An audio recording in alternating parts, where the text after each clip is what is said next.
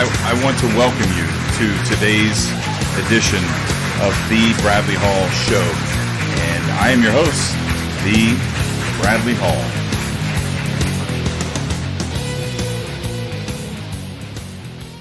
If you or someone you know has recently discovered through an at-home DNA testing kit that one or both of your biological parents are not who you always thought they were, I want you to know that you are not alone. In fact, there's a very large group of people just like you who have connected and bonded over this unique situation. I happen to be one of them. The group is sponsored by an organization called the NPE Friends Fellowship. If you would like more information on how to join this group, please visit my website, www.thebradleyhall.com, and look for the free NPE Resources Kit.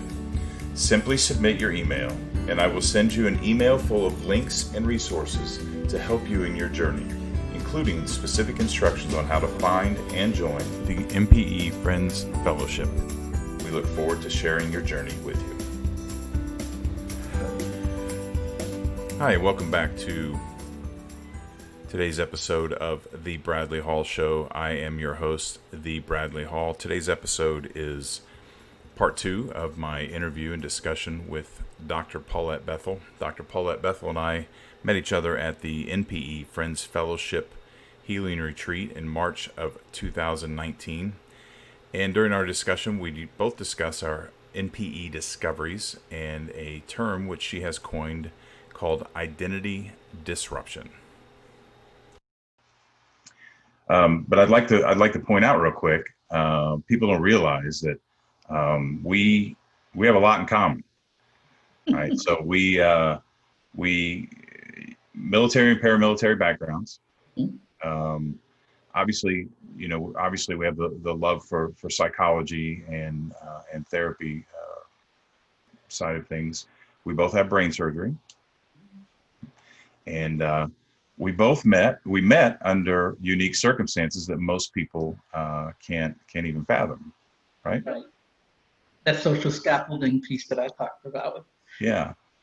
So we, to fill people in, we met at a conference in Texas for what are called NPEs, which stands for Not Parent Expected, that we both discovered late in life through an at-home DNA test that our father, the person we had always thought was our father, was not our biological parent.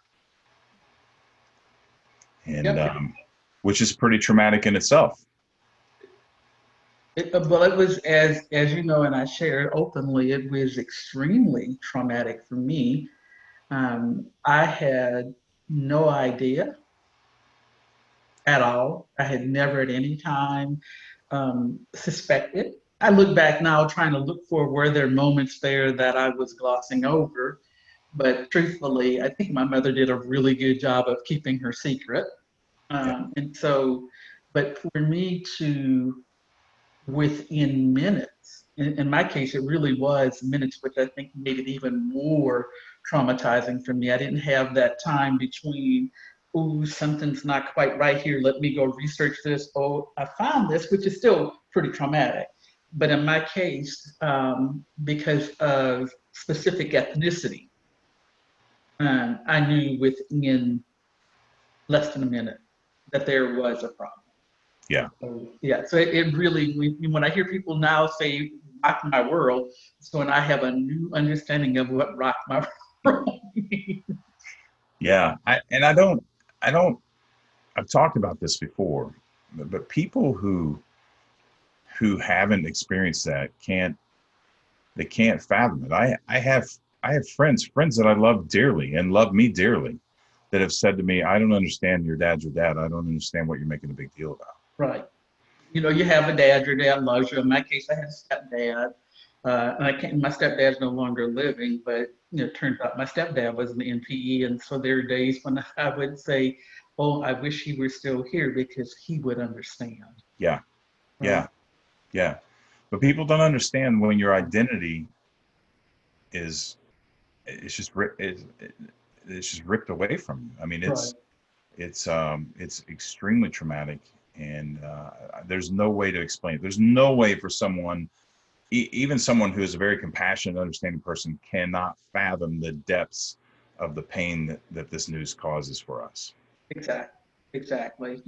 And what I share is I woke up the next morning and 50% of my identity had been blown away. Yeah. My name didn't fit it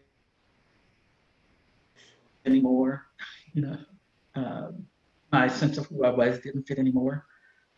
Everything was coming into close view. You're looking at everything, and wrongly or rightly. But now is anything true? Right. Right.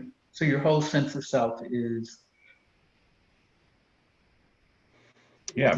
blown apart. It's Yeah. I think people, I know for a fact that people don't understand that we make the choices to become who we are. Now we do it at such a young age, with such heavy and strong influence from the adults in our lives, the teachers in our lives, from our peers. But everything we are and we believe, we have adopted that into our personality. We have chosen to believe this and believe that, to not believe this and not believe that, and then that's included with our identity. right. And so we grew up thinking that we are half this and we're half that, Mhm. and everything from there projects from there, that this is our foundation, this is who we are, this is This how is we're who going to we see are. the world. And now all of a sudden we realize that the other half was not there at all, that it's something completely different. And it's extremely disruptive and very hard to reconcile. We see Right. that in our group. Exactly. We sit in our group, and as you recall, that's part of what led me to coming up with the concept of identity disruption. Is everything we thought to be true, at least for 50% of ourselves, and I think it even goes beyond that Yeah. in terms of, because everything else begins to come into question of what else have I not been told, or what else is not true about who I believe I am. That's exactly right. Right? And then the other piece for me is I've begun to meet some members of my biological family, and I find myself being fascinated with nature versus nurture now, because I see myself in these people, Right. not just in terms of my facial features, right, and how I look physically, but in terms of even some of my emotional responses, right? Yeah. I wrote a note to one of my cousins today going, I very often go through this. Is this something that you go through? And I got yes with like 4 exclamation points. And for him, I haven't spoken to him since I sent that note, but for him, I think it was, I've just met this person. She already gets me, Yeah. maybe in ways that other people have not gotten me. That's right. Right? And That's right. so even from that side of it, it's um, his wife even came up to me and she said, since he's met you, he's allowing parts of himself to really flourish and come forward now that he held back from. Yeah. Right? Yeah. That's neat. That's been one of the neat outcomes, but it's one of the toughest things I've done in my life. And I've shared with people, I've been in a combat zone, Yeah. and I think this is tougher. Yeah. Really do. I saw tremendous loss of life, but it didn't prepare me for this. Yeah. Yeah. There's nothing to prepare you, which I think is part of the problem. Mhm. That there's no other experience like this. I mean, Like I don't this. know. I don't know of another experience where you just suddenly realize that you've been lied to your entire life about who you are. Uh, Exactly. that there's I think anything. the closest in would be people who were adopted that didn't get told they were adopted, and Right. then they Yeah. somehow find out. All Yeah. right. Which I include them in this conversation. I mean, they're Conversation, all very part of. much a part of our conversation. There Yeah. are different levels and layers and different experiences, but Yeah. it's all part of the same conversation. Yeah, yeah. And the nature versus nurtures is interesting. First of all, when I found out and I connected with my family, my biological family, on Facebook, I grew up not looking like anyone. Probably my mother and her father, um, but I didn't look anything like my dad and my sisters. I don't think. and anyone in their family, so distinctly different, different features, different everything. And then I made friends with these people on Facebook and suddenly I found 100 people who look just like me, and it it rocked me. I mean, it was neat because but it was very surreal too, It's because very surreal. they're strangers, but they look just like me, and a lot of their traits are just like me, um, and I'm in an age where I'm very particular about who I allow into my life now, and I've got a firm set, and when I find someone like you who I click with at a higher level, then I make an exception for that. Now I have a whole group of people that I have a very strong reason that I don't want to say lower the standards. I have to reconfigure the standards and reconfigure Right. the process, Right. and add people into my life in a situation where I didn't think I wanted to do that as much as I did. And that sounds very selfish, and I don't mean it to sound that way, but it's Yeah, but I think a lot of us are going through the same thing, and it's a similar thing for me. And so, it's interesting things like in my family that I grew up with, my family of origin. Honestly, that's the only one in my generation that showed any interest in higher education beyond a bachelor's. okay. Yet for me, higher education was just so critical to my desires, right? And fortunately for me, I had a stepdad that saw that in me and helped to nurture it and support it. So that part was good. And Yeah. now I'm in a family where I've got both ends of the spectrum.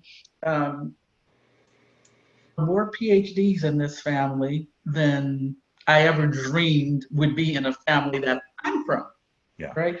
And at the same time, I'm dealing with people that I would probably really rather not be with, and so it becomes this balancing act and this dance. Yeah. Um, Blown me away with a feather when I found out everybody thought I was weird, not and strange where I came from because I love to get up and go travel and go see the world and be adventurous.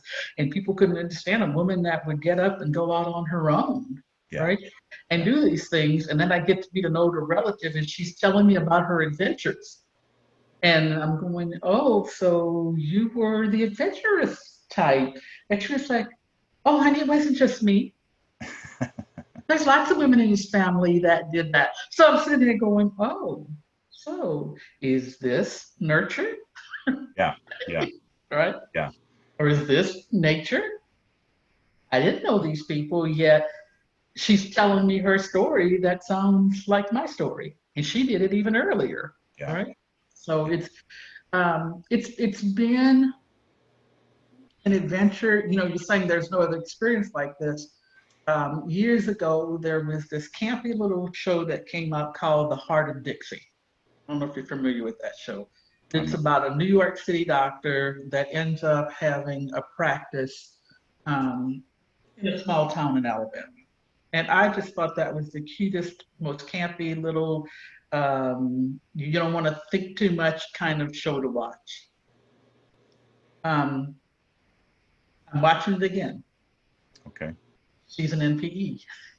Yeah. I'm watching it through an entirely different lens. Her character is so much more developed for me now as I watch her learning how to navigate and cope with and accept this new space of being in her life. Yeah. Whole different meaning. Yeah. I didn't even pay much attention to her storyline that way when I watched it 5 years ago. Yeah. Right? Yeah. Yeah. It goes back to what we said, 10 minutes ago, that you couldn't relate. Yeah. It was like, oh, that's a neat storyline, whatever. That's the storyline, right? That's about, and now, there's, of course, it's still Hollywood, but there's still a lot of depth that was there in her character that if you don't have that understanding, you miss it. Yeah. I know I did. Yeah. Yeah.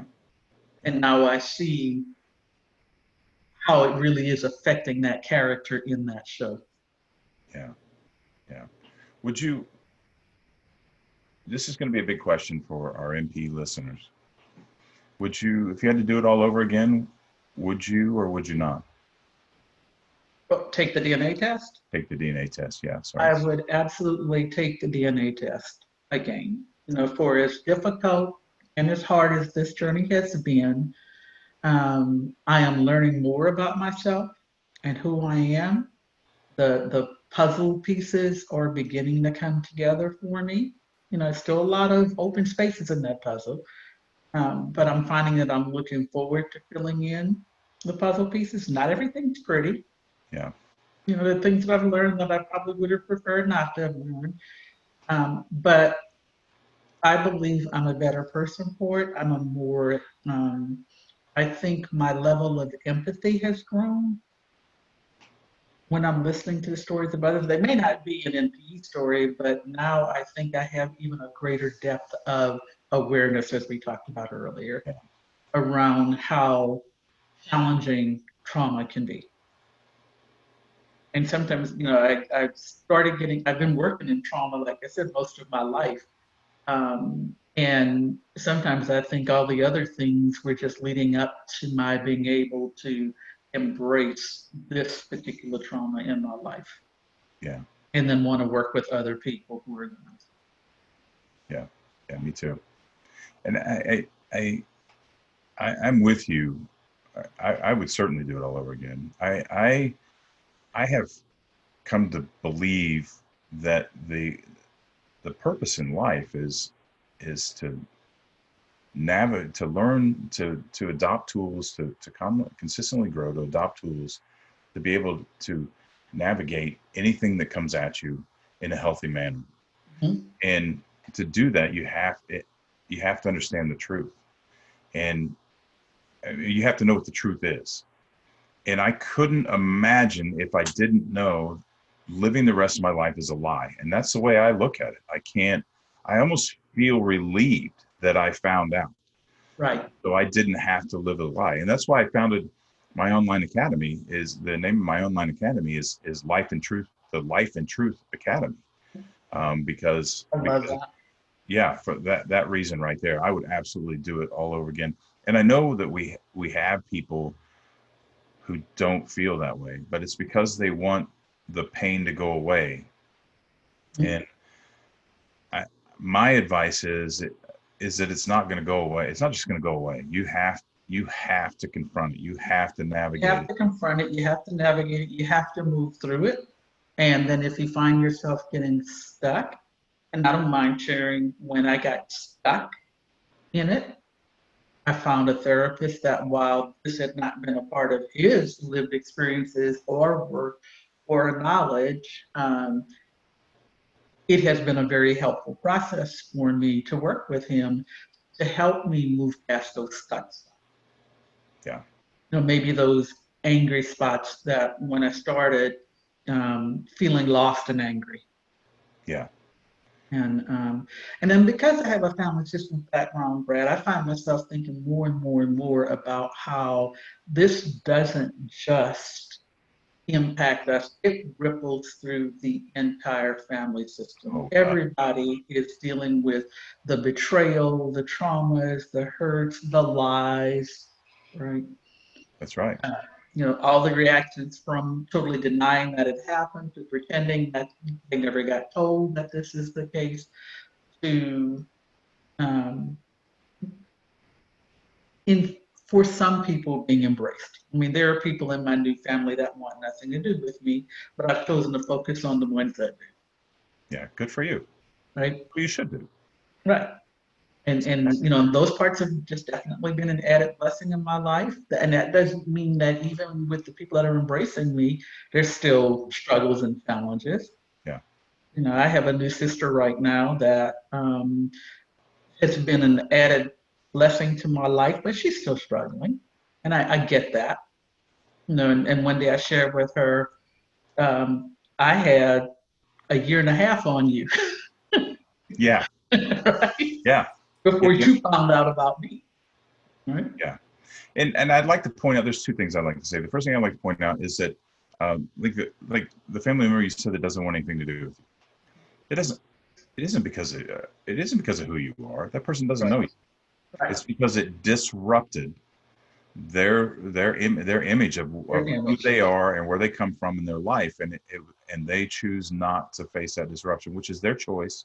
This is not Right. a condemnation, but I know that a lot of people feel like they've been shut out, and we see this in our group that people are so upset because their family won't have anything to do with them, and it's a tragedy because all we want is to be acknowledged, and some of our people are never ever going to get it, and it's sad. It's unbelievably sad, but as they're navigating through, they need to understand that it's not because of who they are. Right. It's not about them. It's It not is, about them. and sometimes that's the Not even, hardest thing to be able to accept because there are times when we're so introspective that we can't get ourselves beyond yeah, that this is not totally about me and that their acceptance or rejection. I've got one of my siblings that's made it clear he doesn't want to have anything to do with me. And my attitude is, well, I would have liked to have met you. It's your loss. I think yeah, I'm a kind of neat person, and you might find out that you really like me, yeah. or not, you But you'll know, never know until you. until you try. But I don't take it personal. I recognize that this has been very disruptive to his life, Yeah, right? Learning things about parents that you may not really want to know, that's right. right? That they're human, They're human, and right? And so I recognize that. they do what humans And do and make mistakes and make bad decisions. but that, and as we know with our group, a lot of bad decisions are made, Yeah, and some decisions outside their control. So it's not all. Everybody's story is different. We have a lot of commonality. There's a lot of common threads running through it, but each of us has our own unique story. yeah, That's and one of the things that this has done for me is, and I think you and I talked about this a little bit before. Off and on from the time I first made the decision to return to school to become a marriage and family therapist, this whole notion of um, intergenerational therapy kind of mhm, been sitting on my shoulder back here. It just kind of kept creeping out and creeping out and creeping out. And I'm finding that more and more I'm paying attention to how far back do these histories go? yeah, Is this an intergenerational thing? Are these traumas being passed down? Um, and there's a lot of research that says some of this does. yes, And I don't know about you, but because of DNA test, I get contacted by people, right? yeah, Like, okay, where do you fit in my story? yeah, Right? yeah, And sometimes, right now I have a young man that I'm working with that is my fifth cousin, right? We haven't found that link yet, but it is so important for him right now to try to figure out. And he didn't know he was an NPE when he contacted me. He knew he was an NPE, but he didn't have language for it, yeah, right? So when he's initially talking to me, I'm going, look, I'm new to the family, right? I'm an NPE, and I explained it to him, and he didn't say anything for about 4 phone calls worth. And then he sends a note, says, I'm going to call you. We need to talk. Right. And he goes, the reason I'm bugging you is because I am also an NPE. Right. yeah. So he's trying to figure out, well, where did this start? Right. Yeah. I, so to to clarify for listeners that don't know what we're talking about, intergenerational trauma is the theory that trauma is handed down from generation to generation. That that your parents who may have whatever the case may be, neglected or abused or whatever the case may be, that it's a result of the trauma that was inflicted upon them by someone else in the family Right. who may have also had trauma inflicted upon them by someone else in the Right. family. And it can even come from trauma that no one is aware of actively anymore because it may have been 4 or 5 generations.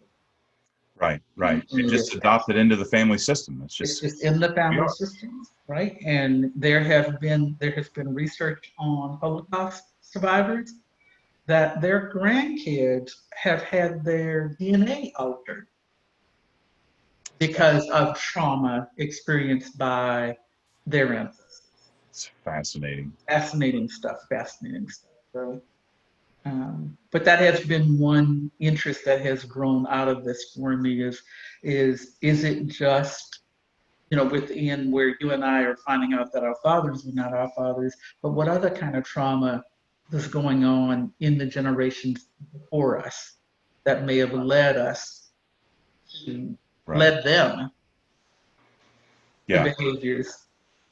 Interestingly enough, and I don't want to get too far into my story. I got plenty of time for that on down the road. But the NPE situation is a very prominent recurring theme in my family tree. Thank you. Very prominent, way more than it should be. And I'll get into that later on as I reveal more of my story and get into. There's some things I don't want to get into right now, but And maybe that's a future broadcast between us because I'm having the same thing that's evolving. yeah. Well, Like far too many. yeah, far too many. But the point, and that's why we're being open. That's why we're being open about this, is because it is intergenerational trauma. It is something that's handed down in the family, In the family. and the bringing the awareness to the forefront gets people to stop and start thinking about it differently, maybe teaching their kids a little differently. Maybe their kids only grow up with a part of the trauma, and then they teach their kids differently, and their kids grow up with a very minor fraction of the trauma, and then they treat their kids differently, and it works itself out. That's a theory anyway. That's what we can hope for. Right. And it's a really good theory. And Bradley, I want to thank you because, you were around when I was first coming up with this concept of identity disruption. And I had been looking at it at the very individual level, as in the experience of the NPE. But after listening to you, I realized it goes way beyond just the NPE, him Yeah. or herself. It's disruptive to and I'm a systems person, so thank you for helping me to catch that. It's a disruption to the entire family system Yeah. and beyond. Yeah. And the most simple example is that my sisters that I grew up with in the same household with, that were my sisters, are only my half sisters. Mhm. It doesn't change my relationship with them, and Right. I don't mean that at all. But the sobering effect is they are only my half sisters. And had I had a sibling that I didn't know that was out there, they're technically on the same level with these people that I grew up with. Same genetic level. And so we look at that as, these are sisters, and oh, this is our half sister. No, they would all be half sisters. It changes the whole complexity and Whole dynamic. complexity of it. Right. And I don't have anyone that I share the totality of the genetics with, because I have a different father and mother, and my sisters have a different father. Right. And it extends all the way into cousins and aunts and uncles, and it ripples, and everyone's. It ripples everywhere. And I'm finding, because I have discovered that I have other half siblings that I didn't know about. I don't know about you, but for me, all of a sudden I'm very mindful. I never had whole siblings to begin with. Yeah. My mother divorced my birth certificate father, and I grew up with half siblings. And I never gave much thought to the fact that I was um, my birth certificate father didn't have any biological children. He adopted. And so from who I thought was my father, there were no half siblings there. Okay. And so, for him, I was an only biological child. And but I didn't give it a lot of thought. But when I discover I now have other half siblings, I'm very much aware that I don't have a 100% genetically, Yeah. whole sibling. And I And think that half aunt and half a niece, and right. yeah. Um, And Things I didn't think about before that I think about now. yeah. And I don't know what the percentage is, but I would say it's well into the 90s that we're all in the same boat. All the NPEs are pretty much standalone. Uh, Right. There's been a few people I've been aware of that they find out that who they thought was their half sibling is actually their whole sibling kind of yeah, thing. Yeah, very, yeah, it's yeah, very rare. yeah, in Very. very distinct circumstances. And to cap this off, I have a cousin that we grew up and we were very close growing up. And he is on my dad's side of the family. And it was very traumatic that to learn that he and I were not blood related. It was very traumatic for me. Same here. I haven't had that conversation with him, and because with that side of the family, I haven't they know, but I haven't had a discussion. But it it changes the whole view to know that all those people I am not blood related to, and I don't know if it affects them as much as it affects me, and if I'm sure it does, but maybe in a different way. I don't know, but I don't love them any less. I just it's disruptive. It's disruptive. Very And disruptive I to can't you. explain it. I just Right. You don't stop loving them. I have one cousin that's the same thing. Now, when I discovered that I was an NPE and that her uncle was not my birth father, she offered up that she had also, with the DNA test, learned that her um, okay. birth certificate father was not her father. And it was very helpful to have her in that moment say, now is not the time for us to think about the fact that we're no longer biological cousins. If we ever needed one another, Yeah. it's Yeah. right now. And even with us having the mutual experience of being NPEs, there's something, it's like we still love one another dearly. We're still close, but something has shifted. But I can't put my finger on it. She and I will hopefully have to have a conversation. I suspect I'm not the only one. Is our relationship has changed, whether we want to admit it or not. That's right. That's right. I'd also like to go back, circle back when you were talking about when you found out and that you found therapy to be helpful. And we're going to have a lot of MPs listening to this, and I want to, and people who aren't MPs. So first thing I want to say is that therapy allows for that biological connection we were talking about earlier with other human beings, that is so necessary for our happiness, for the neurotransmitters and the hormones to release. That happens when we bond with another human being. Right. And therapy is a surrogate form of that, that we find someone who's knowledgeable, who can at some level understand and have compassion to what we're talking about. And we form a bond with that person. Exactly. And it doesn't matter whether they're getting paid or not. They chose a profession, not for the money necessarily, but it's to have that type of an impact on other human being. So they're trustworthy. You can have that bond, and they can help you sort through things through the relationship, which is also what the coaching does, the trauma recovery coaching. And Bob and I talk about this, Right. that it's to be used in conjunction with or in lieu of therapy. We don't do therapy. We actually do coaching. We help people Right. kind of stand on their own 2 feet and begin to move forward. But we're here to help build that relationship, Right. and to be that confidant, that sounding board, to get it all out. It's like the journaling you're talking about. You get it from here and you get it out into the universe, whether you're writing or whether you're talking to a Right. coach or a therapist.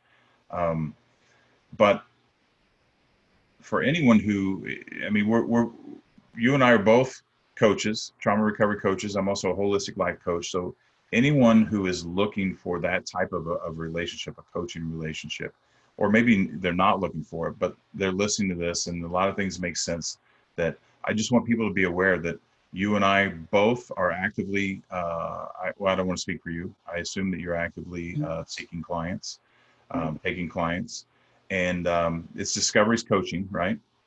Discovery's coaching. Yes. Okay. Do you have a URL that you want to? I'm going to give you a chance. DrPauletteBethel.com. DrPauletteBethel.com. Okay. And I will put your information on my website. Okay. And the listeners can also go to my website to contact me for coaching if you're interested in working with me. But and whether it's whether it's Dr. Bethel or I, it doesn't matter. Find someone to lean on. Find someone to lean on, and trauma recovery coaching as well as therapy is all about the relationship that develops, and that one that's collaborative. And so right now, the people who have our specific background in that we're trauma specifically trauma trained. There's a lot of helping professionals that are not specifically trauma trained, but do have trauma training as part of their courses of study. But finding someone who is your guide on your side, right? Yeah. That collaborative relationship, that scaffolding that comes through the collaborative relationship with a trauma recovery coach or a therapist. And it's the relationship that's most important. In my case, the particular person I went with, like I said, did not have any specific training in trauma and for sure not about NPE, but he has a tremendous capacity for being compassionate and relational and collaborative. And I did have to spend a lot of time educating him about my experience, Mm-hmm. right? And that was okay because it was helping me as I was helping him. Yeah. Because I was, processing with him, guiding that processing as I'm trying to share my experience of having gone through this. So research clearly shows when it comes to helping professionals, when it comes to coaches, when it comes to therapists, the relationship is the most important aspect of the dyad, right? Yeah. Of the dyad. And of course, having a skill set that goes without saying. But you can be the greatest coach in the world or the greatest therapist in the world, and you and I may not click. Right. Yeah, that's exactly So right. it's important to find someone that you feel safe with, like you said, you feel that feels trustworthy and safe and relational. When it's all said and done, as humans, we're relational. Yeah, and that's a good point that I haven't talked about yet, and I haven't really felt a need to talk about it. But now that you say it, I think it's important that we do talk about that. Some coaches, and there's coaches all over the internet, so I'm not talking about anyone in particular, but some coaches just allow you to just check in and buy what you want and set it all up, and Right. and I don't do that. I want someone to contact me because I'm going to not only interview you, but I want you to interview me. And I Right. don't want you to invest money in something that you don't know if we're going to click. If we may not Yeah. have anything common, and I'll be the first to tell a client that I think you should call Dr. Bethel or you should call someone Yeah. else. Um, and I because I think that's critical. And not that I can't work with anyone, but I want to make sure that I do this to help people heal. And if I'm going to slow someone's progress, so I don't think that we're going to be able to identify and I can't really give them everything, I won't take them on. I Won't just, do it. I mean, I have that laid out in my informed consent, yeah, right? To that we want this to be a collaborative process, and if at any time they feel like I am not the best coach, I'm not doing therapy now, yeah, to work with them, then I'm more than willing to not only have the conversation with you, but also help you to be connected to someone that may be a better fit. yeah, yeah. And I think a lot of people don't understand that. I know when I began my journey about 15 years ago and I was looking for a therapist, I kept getting frustrated because I go to a therapist and I think, well, this was a waste of time. And I go to another one and think, well, this was a waste of time. And I didn't realize what I should have been doing was not looking to go in and just taking off, that I should have been interviewing the therapist. And that Right. should be part of the process, that you should find someone that you can identify with. Right. And good therapists and coaches will make that a part of the process too. Yeah. Right. Yeah. I'd like to share my philosophy around how I work. Yeah. And this is how I work. And this may not be the best modality for you. That's right. Right. It has to feel comfortable or it will not work. Now, that's not to say that we don't perturb, we don't push. But in terms of how I work and how I gather information and how I um, collaborate with you may or may not be the best fit for you. That's right. That's So right. Well, Paulette, it's been an amazing conversation. It was effortless. We're, you know, We've been at it for a while here, so this is going to be two parts. Before we sign off, I want to give you a chance to recommend our people, our NPEs. Do you have a favorite NPE story, movie, or book that you want to share? Well, part of it I was sharing with the Heart of Dixie, right? Is Okay. Yeah. I like it actually. It's lighthearted, and so and for some MPs that may be too lighthearted, depending upon what stage they are in their journey. And of course, we do need to look at what stages people are in. But for me, it's sitting back and in my case, having had the experience of watching it before learning that I was an NPE, and Yeah. now watching it again, and I don't have to focus as much on the storyline, so I'm paying more attention to the character development. But I do find that I'm enjoying watching my story through the lens of that story. Yeah. Right? So yeah, that would be one of my favorite ones. Um, I forgot you'd mentioned that. So yeah. yeah. So I the last thing I want to say is that we want to encourage our NPE people to, if well, there's so many different stages. I People need to talk about it. Whether they're out in the open. There are a lot of people who are not out in the open that they're afraid of talking to their family about it. And if that's the case, then find a friend or find a coach. But talking about it, you shouldn't be ashamed. You're not somebody's secret. You're a human being, and I think people also need to understand that if it didn't happen, you wouldn't be here, right? People, right.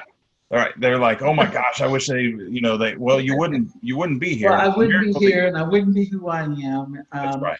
And it would be, yeah, find a good friend. And if you find that you just really can't talk about it, get a journal. A journal, Get a get it out. journal. Just Get it get it out. out. Write it out. And other times, get ready to say, here's one of my journals. It's a tablet, Yeah, but I have different journals for different events that are going on in my life. But I would say, if you can't, you're not ready to talk about it, or you haven't been able to find a therapist that you can work with that gets a handle on what it is. We have several groups that are out there now for NPEs. Find other NPEs that get your story. When I first found the group where we met, um, I just remember reading the stories and going, there are other people out there that right. get me, There are a lot of them. right? That get me. And a lot of times I didn't even have to write into the group because I would read stories That's right. and would find healing in that I'm going through a very normal stage and process under what I consider abnormal circumstance, That's right? right. That I'm okay, I'm not alone. Other people are further along in their journey. And I found that I would reach out to people that were further along in the journey because they gave me hope, Yeah, right? That for me, the biblical saying that this too shall pass, yeah. right? Now I'm forever changed. I recognize that. I'm forever changed. I cannot go back to the me that I was pre NPE discovery. That's right. No, by the way, I had not discovered this when I named my company Discovery Coaching. Yeah, So I think it was, like prophetic, waiting for it to. yeah, I came up with the name and then I discovered my NPE story. yeah. Right? So, It's remarkable. but yeah, I'm with you is to have people, look for the social scaffolding. Part of why I brought that up because I think it's really important that we have to find different ways of scaffolding and find what works best for you. If you go to a therapist or a coach and it doesn't work, find another therapist or a coach. Don't give up because there probably is someone out there that's meant for you, Agreed. that you can connect to, that you can feel safe, and that person is trustworthy and find a place of healing. Part of the reason I just openly shared that I went to a therapist is because I want other people, especially NPEs, to know that there's no shame in saying this was greater, and I'm a therapist, I have a skill set, but this was greater than anything I had ever experienced. I 100% agree with you. There's no other experience that I've had that certainly helped to prepare me for this. Yeah. Right? Agreed. Agreed. Agreed. Well, I want to thank you for joining me, and I'm really looking forward to having you back. We can certainly. I'm sure we'll connect. I mean, we talk regularly, but let's find some other That's right. appointments. And I'll put. We'll do that. And thank you for inviting me. Um, You're welcome. Thank you for inviting me to share part of my story, to be part of your journey. I think what you're doing is vital, and we need to have more of what you're doing. So, Well, then you're I'll a make. trailblazer. You're a trailblazer. So, congratulations. Thank you. That's why I keep you around, because you compliment me. Well, you are a trailblazer. So, Well, own it. yeah. Thank you. Embrace it. Thank you very much. All right. And you inspire me. We didn't talk about this earlier. I'm starting my PhD journey in the fall, and it's something I've thought about for a long time. But you push me over the edge, and Yeah. for that I'm eternally grateful. Well, you're going to do great. I'm really excited. Like I tell you, I'm envious that I wish I had known about that kind of program when I was making my choice. Uh, I'll share everything I learned. Has your name written all over it. So congratulations. Good luck. Um, Thanks for sharing your insights as part of our interview. I really appreciate that. And I'm glad you're doing this. I can't think of a better person to have taken this on. Thank you. Yeah, you're too good to me, Paulette. Nah, you're a good guy. Yeah, thank you. You're So a good guy. I'm glad we're friends. Yeah, I'm thank glad you. you came and sat next to me at the retreat. I'm glad, remember your metaphor though, but remember that's the thing that really got me to pay attention to you was when I was at a loss for a thought to explain my concept and you came up with that wonderful firefighter metaphor Yeah, that added yeah, a lot of depth and energy to that story. So, yeah. Well, thank you. Thank yeah. you. All right, I'm going to let you go. And Okay, thanks again. Tell Ralph I said hello. I sure will. I Yeah, sure will. And when this is all over with, we've got to do the visit. yeah, yeah. Well, definitely. I'll see you soon. We'll come to you guys. Okay. Yeah, sounds great. Okay, sounds good. All right. Take Thanks, care. Paulette. Take Bye care. bye. Bye. Hello? Is anyone here? Hello? Hello? Oh, hi. There you are. I've been looking all over for you. I want to thank you for listening today. I also want to tell you, if you haven't checked out my website lately, you should do that. It's www.thebradleyhall.com. Just to remind you, I am a holistic life coach, a certified mindfulness instructor, and I am a trauma recovery coach. And in these uncertain times, sometimes we just need someone to talk to help us clear our thoughts, help us organize our thoughts, and help us map out a clear direction of where we want to go to help us navigate through the obstacles that we may encounter through daily life. And I'm here to do that for you. So check out my website. I've got plenty of free content on my website, also on my YouTube channel, which is The Bradley Hall, and The Health Preacher. And I'd love to hear from you. So thanks again for listening. We appreciate your support. And until then, take care of yourself.